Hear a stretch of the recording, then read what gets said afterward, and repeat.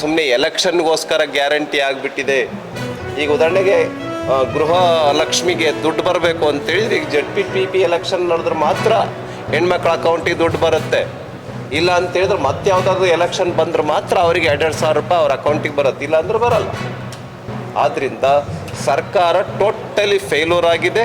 ಬಜೆಟಲ್ಲಂತೂ ಸಿದ್ದರಾಮಯ್ಯ ಅವರು ಏನು ಜನಪರ ಬಜೆಟ್ ಮಾಡ್ತೀವಿ, ಆರ್ಥಿಕ ತಜ್ಞರು ಅನ್ನುವಂಥದ್ದೇನಿದೆಯಲ್ಲ, ಕರ್ನಾಟಕ ರಾಜ್ಯದ ಆರ್ಥಿಕತೆಯನ್ನು ಭಗ್ನಗೊಳಿಸಿರ್ತಕ್ಕಂಥ ಏನಾದ್ರು ತಜ್ಞರಿದ್ದರೆ ಅವರು ಸಿದ್ದರಾಮಯ್ಯ ಅವರು ಅಂತ ಈ ಸಂದರ್ಭದಲ್ಲಿ ಹೇಳೋದಕ್ಕೆ ಬಯಸ್ತೇನೆ.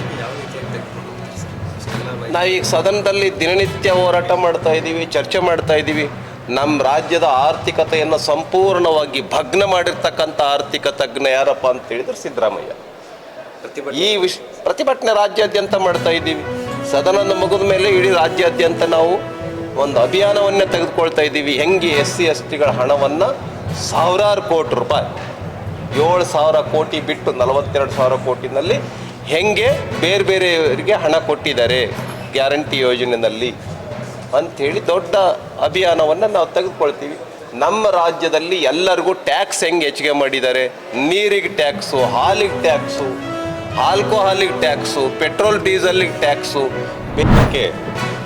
ಮೇಯರ್ ಸ್ಥಾನಕ್ಕೆ BJPಯ ಅಭ್ಯರ್ಥಿ ಮಂಗೇಶ್ ಪವಾರ್ 40 ಮತಗಳಿಂದ ಗೆದ್ದಿದ್ದಾರೆ. ಅದೇ ಥರ ಉಪಮೇಯರ್ ಸ್ಥಾನಕ್ಕೆ ವಾಣಿ ವಿಲಾಸ್ ಜೋಶಿ ಅವರು ಕೂಡ 40 ಮತಗಳಿಂದ ಗೆದ್ದಿದ್ದಾರೆ.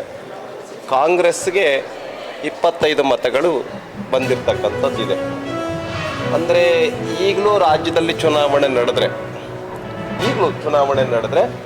ಭಾರತೀಯ ಜನತಾ ಪಾರ್ಟಿ 100ಕ್ಕೆ 100 ಅಧಿಕಾರಕ್ಕೆ ಬರುತ್ತೆ ಅನ್ನುವಂಥ ಒಂದು ವಾತಾವರಣ ನಿರ್ಮಾಣ ಆಗಿದೆ. ಅದಕ್ಕೆ ಕಾರಣ ಏನಪ್ಪ ಅಂತೇಳಿದರೆ, ಮೊನ್ನೆ ನಮ್ಮ ಸಿದ್ದರಾಮಯ್ಯ ಅವರು ಕೊಟ್ಟಿರ್ತಕ್ಕಂಥ ಬಜೆಟ್ಟು ಮತ್ತು ಈಗ ಒಂದು 2 ವರ್ಷದಿಂದ ಏನು ಸರ್ಕಾರದಲ್ಲಿ ಕಾಂಗ್ರೆಸ್ ಸರ್ಕಾರ ಇದೆ, ಅವರ ನಡವಳಿಕೆಗಳು, ಅವರ ವರ್ತನೆಗಳು, ಅವರ ಭ್ರಷ್ಟಾಚಾರ, ಅವರ ಅಲ್ಪಸಂಖ್ಯಾತರನ್ನು ಸೀದಾ ಆಕಾಶದ ಮೇಲೆ ಕೂಡಿಸಿರ್ತಕ್ಕಂಥದ್ದು, ಅಲ್ಪಸಂಖ್ಯಾತರಿಗೋಸ್ಕರ ಬಜೆಟ್ ಮಂಡಿಸಿರ್ತಕ್ಕಂಥದ್ದು, SC/STಗಳ ಹಣವನ್ನು ಸುಮಾರು 42,000 ಕೋಟಿನಲ್ಲಿ 7,000 ಕೋಟಿ ಮಾತ್ರ, ಮತ್ತೆ ಇನ್ನೊಂದು ಸರಿ ಉಚ್ಚಾರ ಮಾಡ್ತೀನಿ, 42,000 ಕೋಟಿನಲ್ಲಿ SC/STಗಳಿಗೆ ತಲುಪೋದು ಕೇವಲ 7,000 ಕೋಟಿ ಮಾತ್ರ.